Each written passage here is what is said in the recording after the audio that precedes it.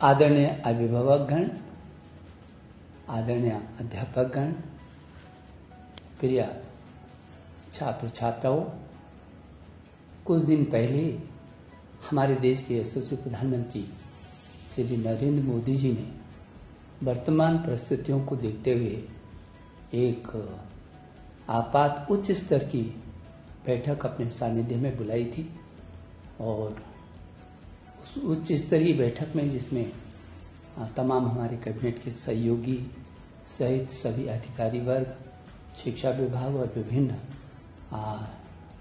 दिशाओं से जुड़े सभी लोग उपस्थित थे।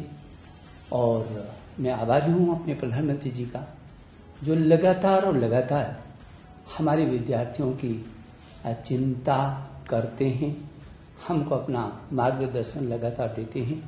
उन्हीं के निर्देश पर एक बहुत ही उच्च स्तरीय बैठक आज हमारे देश के यशस्वी रक्षा मंत्री श्री राजनाथ सिंह जी की अध्यक्षता में हुई और जिसमें मेरे साथ केंद्र के दो सहयोगी कैबिनेट मंत्री स्मृति ईरानी जी और श्री प्रकाश जावड़ेकर जी सहित मेरे सहयोगी मंत्री संजय धोत्रे जी भी थे और देश के कई राज्यों के मुख्यमंत्री, कई राज्यों के उप मुख्यमंत्री और सभी राज्यों के शिक्षा मंत्रीगण और दुनिया की सबसे बड़ी शिक्षा प्रणाली तंत्र के सभी सचिव और अधिकारी वर्ग पूरे देश के आज एकजुट थे अपनी छात्रों के सुरक्षा और भविष्य को लेकर।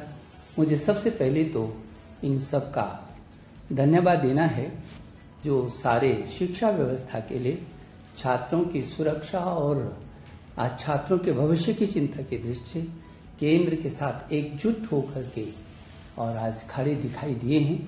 मैं उन सब के प्रति बहुत आभारी हूं। बहुत सार्थक चर्चा आज रही है, बहुत सार्थक चर्चा रही है।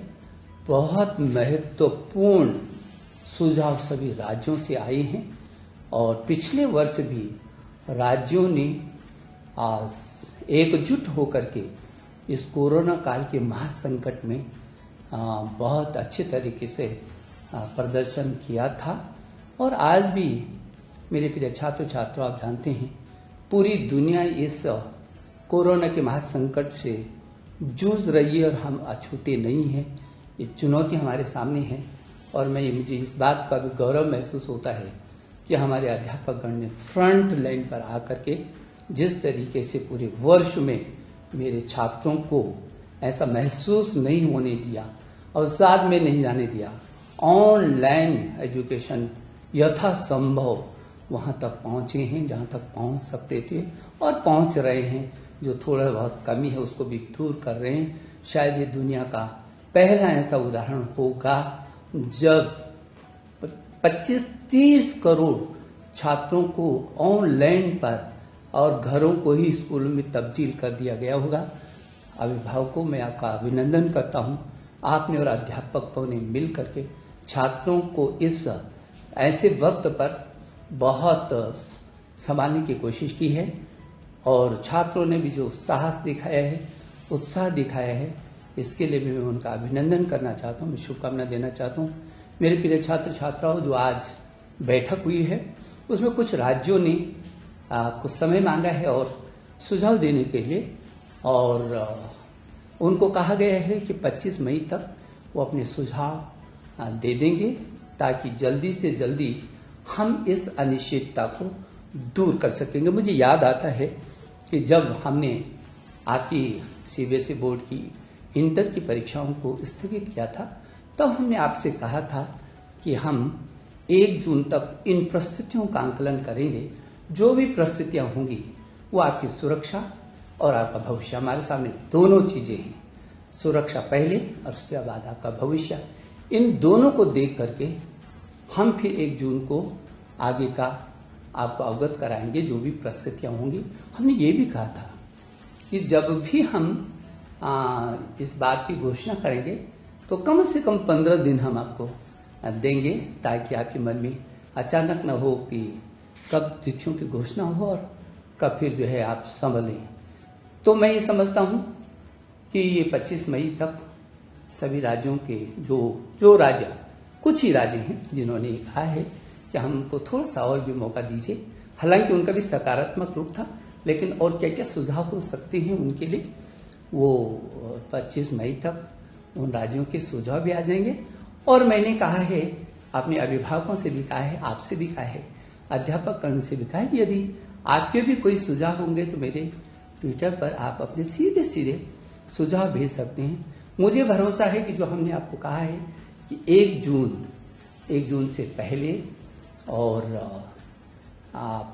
25 मई के बाद हमारी कोशिश होगी कि हम आपको अवगत करा सकें। मैं आपको विश्वास दिलाना चाहता हूं, प्रधानमंत्री जी के निर्देश में आपकी सुरक्षा हमारे लिए पहली है और आपके जीवन और आपका भविष्य भी हमारे लिए उतनी महत्वपूर्ण है। और इसलिए इन सब को ही ध्यान में रख करके जो भी परिस्थितियां भविष्य के लिए बनेंगी, हम आपके साथ खड़े हैं। आप निश्चिंत होकर के रहिए, आप बिना तनाव में रहिए।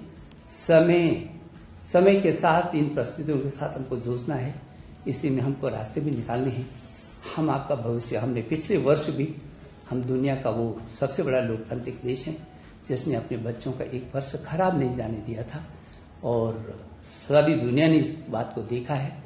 और हमने आपकी सुरक्षा, हमारे लिए हर हालत में आपकी सुरक्षा हमारी पहली प्राथमिकता है।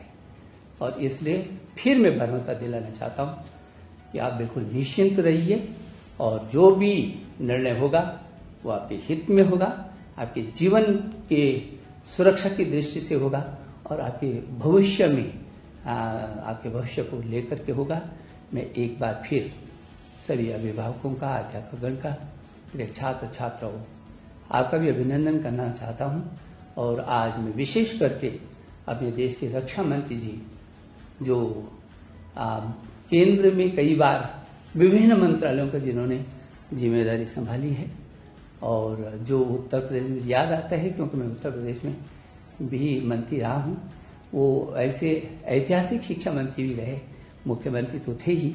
आज उनके सानिध्य में पूरे देश का शिक्षा तंत्र ने पूरा बहुत देर तक विचार विमर्श किया है, बहुत सार्थक, बहुत ही सार्थक। पूरा देश के शिक्षा, सभी राज्य एकजुट है। मुझे इस बात को लेकर के प्रसन्नता होती है, और मैं सभी राज्यों को धन्यवाद भी देना चाहता हूं। और मेरे जो सहयोगी मंत्री आदरणीय जावड़ेकर जी और आदरणीय स्मृति ईरानी जी को भी मैं हृदय की गहराई से धन्यवाद देना चाहता हूं। मैं एक बार आपको शुभकामना देता हूं। बहुत बहुत धन्यवाद।